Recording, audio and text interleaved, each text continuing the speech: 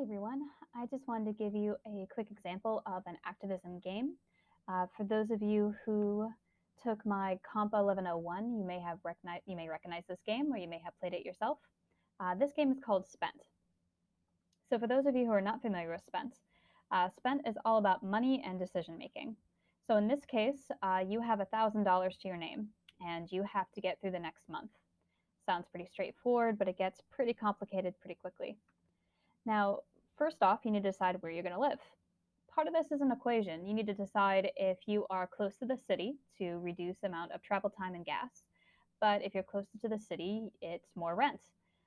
If you go farther away, the rent's typically lower, but then you have more time and more cost in gas.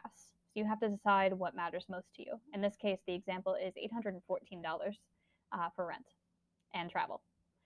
Then you need to make decisions about groceries. Now keep in mind you have $1,000 to start with, so the 814 has been taken from the $1,000. Then you have to divide out what you have to make groceries to last you a few weeks. So after that, you obviously need a job. So there are three different options. In this case, there's the second shift.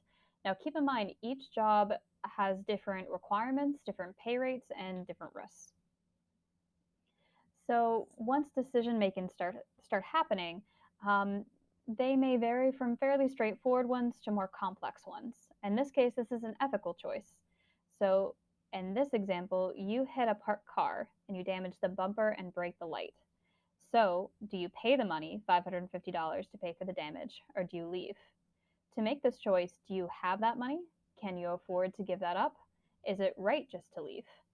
So you have to make those choices, and it gets more complicated after that, especially with emotional questions. For example, your mother needs critical medication, but she doesn't have the $100 she needs to buy it. So what do? Do you give her the 100, or do you say no?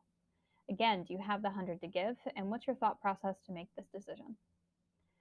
So if you make it through the end of the game, in this case, this person technically won with $33, but as you just got through the month, rent's due the next day.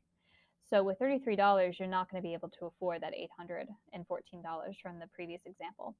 So in this case, it connects you back to donating. This is run by a city to raise more awareness about impoverished communities.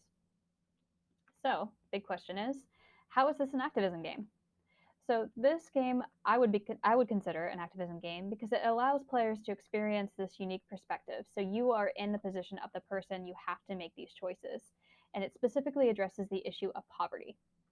So the argument itself is that while you don't have anyone saying poverty is bad, this game is honestly really stressful to play if you play it from beginning to end. It is free and you're welcome to play it if you would like to. But it also shows that simple decisions like grocery shopping, like going places, in some cases you have a child to make decisions for as well. But emotional decisions are really complicated because you can't move forward without making a choice. But that choice may make you feel uncomfortable. So, granted, this could be considered a pretty horrible month for all these terrible things to go wrong at once, but these things could happen. So, how is this experience different than a paper? That's one of the key things I want you to focus on for your assignment. Why choose to do an argument in this way? And my argument for this particular game is, again, that focus of stress. It's not particularly a pleasant game, and you always feel like, haha, I won if you got it to the final point. But then you realize, even with the money you saved, you couldn't even afford rent. So there's no way to ultimately win the game. Just like it's very difficult to get ahead. Even if you chose to buy bare essentials, and even if you went hungry, even if you decided to not go through, in one condition, you have to choose to go get dental surgery or pay student loans, or answer calls about debt for your car loan. So instead of just saying poverty is bad, this game puts you into the experience. So this is a really unique way to do an argument. I argue the thesis is still very clear. But for your assignment, I'd like you to start playing around with what that looks like for these games in the Resist Jam, and check out the other video for a more broad example. Okay, thank you.